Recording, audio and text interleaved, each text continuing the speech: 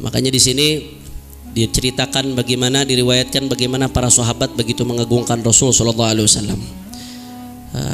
Dalam riwayat dari Sayyidina Amr bin As diriwayatkan dalam Sahih Muslim bahwasanya wa ma kana ahadun ahabba ilayya min Rasulillah sallallahu alaihi wasallam wala ajal fi aini minhu wa ma kuntu utiq an amla aini minhu ijlalan lahu walau su'iltu an asifahu ma ataqtu li anni lam akun amla aini minhu. Bahkan diriwayatkan dalam Sunan Tirmidzi dari Sayyidina Anas bahwasanya anna Rasulullah sallallahu alaihi wasallam kana yakhruju ala ashabihi minal muhajirin wal ansar wa hum julus fihim Abu Bakar wa Umar fala yarfa ahadun minhum ilaihi basarah illa Abu Bakar wa Umar fa innahuma kana yanzurani ilaihi wa yanzuru ilaihima wa yatabassamani ilaihi wa yatabassamu lahuma radhiyallahu anhum wa ardahum. Sayyidina Amr bin As mengatakan apa? Bahwasanya tidak ada satu orang pun yang lebih aku cintai dari Rasulullah, dan aku tidak pernah melihat orang yang lebih wibawa dari Rasulullah. Sampai-sampai saking wibawanya Rasulullah, saking besarnya karisma Rasulullah, aku tidak pernah mampu memandang Rasulullah secara utuh. Mantengin Rasulullah aku nggak pernah mampu katanya.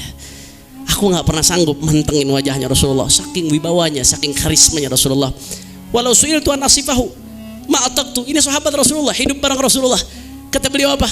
Walau suil tuan asifahu, andai kata aku diminta untuk menyifati bagaimana keindahan Rasulullah, bagaimana wajahnya Rasulullah, jalannya Rasulullah, senyumnya Rasulullah, matanya Rasulullah sallallahu alaihi wasallam, andai kata aku diminta untuk menyifati Rasulullah, aku nggak akan mampu. Kenapa? Karena aku belum pernah mandang Rasulullah secara utuh, secara pantang, saudara. Masya Allah. Bahkan dalam riwayat lain dikatakan apa? Sayyidina Anas menceritakan ketika Rasulullah keluar hadir di tengah-tengah sahabatnya, itu nggak ada satupun sahabat yang berani ngangkat pandangan matanya melihat Rasulullah sallallahu alaihi wasallam. Saking wibawanya beliau sallallahu alaihi wasallam, kecuali Sayyidina Abu Bakar dan Umar. Ini salah satu keistimewaan Sayyidina Abu Bakar dan Umar.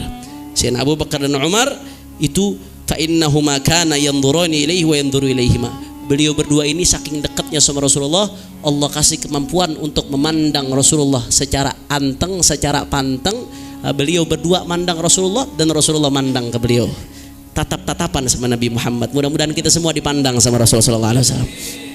Bahkan wa yatabassamani ilaihi wa yatabassamu lahumma. Bahkan Rasulullah senyum ke Sayyidina Abu Bakar Umar, Sayyidina Abu Bakar pun senyum kepada Rasulullah, Sayyidina Umar senyum kepada Rasulullah.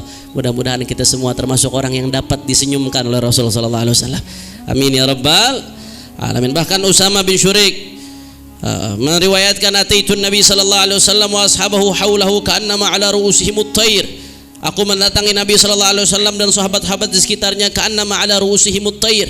Mereka para sahabat Rasulullah kalau sudah di majelisnya Rasulullah itu seakan-akan di atas mereka ada burung, saudara. Palanya nunduk, nggak berani diangkat. Burung kan kalau di tempat yang bergerak-bergerak bisa anteng apa kagak?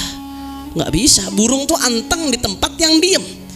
Sahabat Rasulullah tuh kalau di hadapan Rasulullah seakan-akan di atas kepala mereka ada burung lagi diam, lagi mancelok, saudara. Kenapa? Saking wibawanya Sayyidina Muhammad. Makanya nggak masuk di akal. Saya pernah dengar keterangan nggak masuk di akal. Bagaimana ta'zimnya Rasulullah sama sahabat-sahabatnya? Tahu-tahu dibilang Sayyidina Abu Bakar sama siapa tuh nendang Sayyidina Fatimah sampai keguguran. Nggak masuk di akal.